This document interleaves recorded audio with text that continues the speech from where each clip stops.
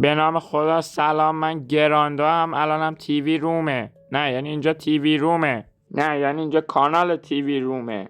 بعد اینکه ما الان میخوایم پاشیم بریم سراغ رازها، تئوری ها و ایستراگ های آبشار جاذبه. اگه با خودتون همچین فکر میکنین که فکر میکنین اینم از اون ویدیو تکراری هست که قراره یه مش ایستراگ تکراری بهتون بگیم، کاملا دارید اشتباه نه دارید درست، نه آره اشتباه میکنید. رفتیم کل سریال رو گشتیم، یه عالم ایستراگ و راز و تئوری جدید پیدا کردیم آوردیم براتون، بشینید نگاه کنید لذتش رو ببرید. ای بله جونم. الانم میخوام بریم بهتون یعنی بگم که من این ایستراگ اول، بله این 618 رو میبینید اینجا، تاریخ تولد الکسیشه.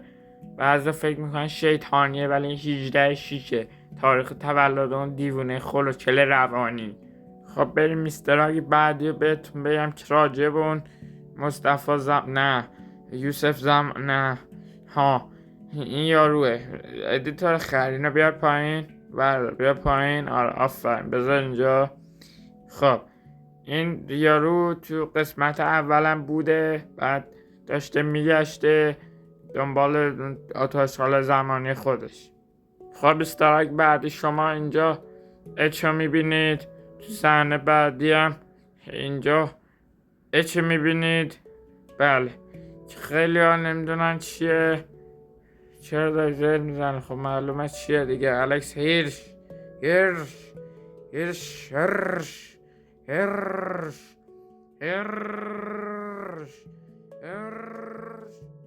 خب بچه ها من هنوز زندم، بریم بقیهش.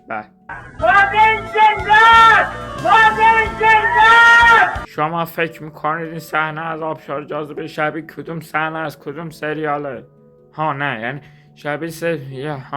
شبیه صحنه از فصل از سری دوم بنتنه. حالا اگه پیداش کردید کدوم صحنه است، چون من حال نداشتم بذارم یعنی ادیتور حال نداشته بذار براتون، بگردید بذار تو گروه تلگرام بقیه ببینن. تو قسمت سوم فصل اولم این بیسکویت قدرتمنده که میبلی کشیده همون بیسکویت قدرتمنده است که تو دنیای خیال میبل تو فصل دومه. ببینید یعنی از نبشید نبوده. نه یعنی بیل سایفر همه از ذهن مرز میبل برداشته. اینجا شما اون سرای بریده رو میبینید که اونجا بالا آکواریوم میباشند، ولی خب نارما یه جای دیگه دیدیم اون اچه هنوز نه یعنی تو هتل ترانسیلوانیا دیدیمشون پشت در اتاقا. بیل سایفر اینجا چیکار میکنه؟ یعنی بیل سایفر رفته بوده این رئیس جمهور بیشوره رو برداشته گولش زده، بعد پدرش در آورده که ارزش پول این بدبختا رسیده به -12. حس میکنم بیل سایفر یه نسبتی با ما هم داره. بیل سایفر به ایران نفوذ کرد. بیل سایفر هر بیشور گاو اول. خب بریم ایستراگ بعد بهتون نشون بدم. بیل سایفر اینجا تو این دستگاه بازی هم هست منتها سبزه. بعد اون تئوریه که بود میگفت داداشش سبزه یعنی الکسیریش خر. اینجا هم هست. بعد توی اون قسمتی که با اون کی بود هیولای ولوری هیولای هالووین می جنگیدن رو سپر دیپر، حواسش بهش هست، همیشه زیر نظر داره اینجا رو درخت هم و اینا، یعنی که همیشه بیل سایفر همه رو زیر نظر داشته از قبل. بریم شماره بعدی ایستراگ. بله این چنگک میبیل شما یاد یه چیزی نمیندازه؟ خب معلومه دیگه، چنگک بتمن. بریم سراغ ایستراگ بعدی. اینجا هم که آبشار جاذبه است منتها ماریوی مصطفی زمان یعنی یوسف زمانی این یارو زمانیه. قسمت دوم فصل اول. تو فصل اول قسمت 17 همین گامبوه که اومده بود دنبال اون یعنی کلیک یعنی دنبال اون گروه خواننده ها یه چیز عجیبش خیلی مزگ منو درگیر کرده. چرا که چون رو پلاکش نوشته 2013، یعنی داستان بعد از 2013 اتفاق افتاده، چون تو سال 2013 این عقب مونده معتاد این گامبو ماشینشو خریده. پس داستان بعد 13 به در اتفاق، نه یعنی 13 عدد، نه یعنی تولد ما، نه یعنی مغزم گیرپاش کرده بید، یعنی مغزم نه یعنی شیر فرهاد، یعنی شب‌های برر شما چی وگوی گلنسجو، یعنی اسم داستان بعد از 2013 اتفاق افتاده دوستان. خب بریم ادامه استاراگا رو بهتون بگم که حال کنید قشنگ.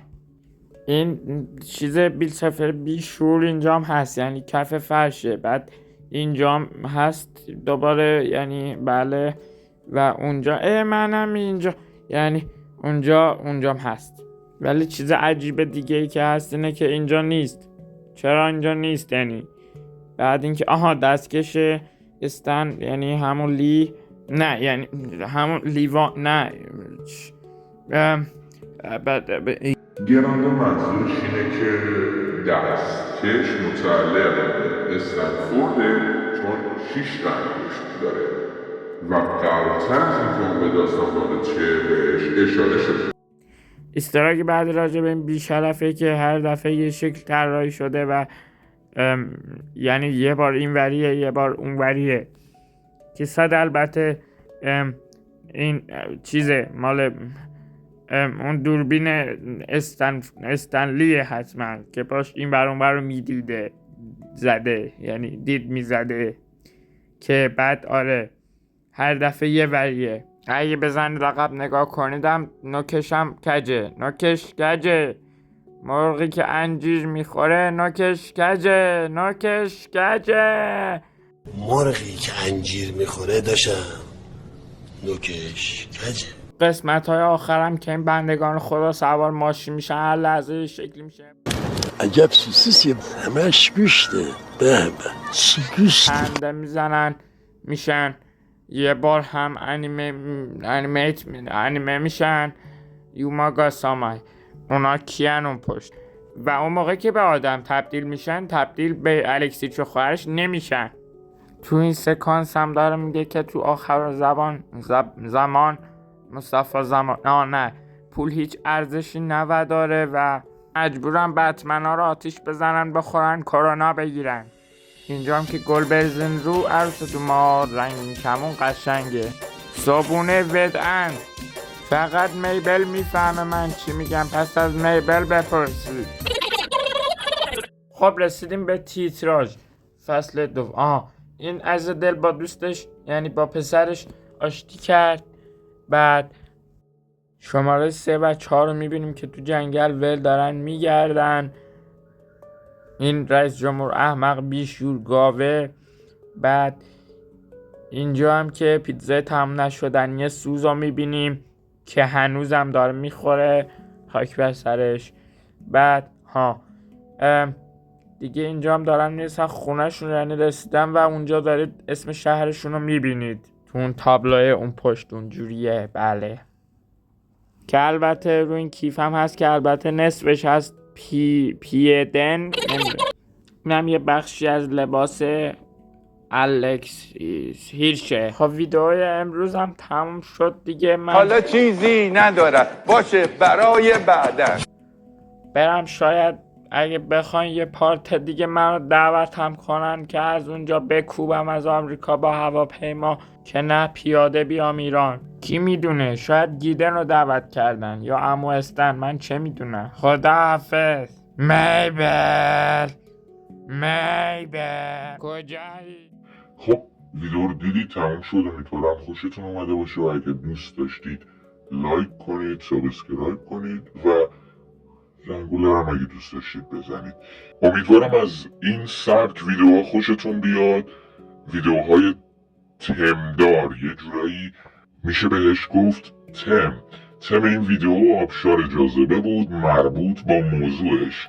ما ویدیوهایی هم خواهیم داشت که تم به موضوع هیچ ربطی نداره، مثلا در ادامه تم شب آهنگی، شب‌های برره و قهوه تلخ رو هم خواهیم داشت. این تم شامل گوینده و تصویرهای پس زمینه میشه که شما میتونید تم مورد نظرتون رو تو کامنت ها یا گروه تلگرام واسمون بذارید، حتما واسهتون میسازیمش.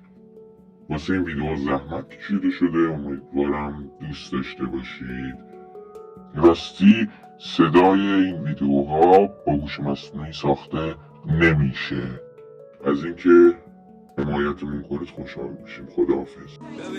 این یه چیز جدیده، دنیا مثلشو ندیده. جدید بود نبود، عجیب بود نبود، پر حرف بود نبود، حس شدید بود نبود. خدافظ از حلیا. طی میشه هر روزمون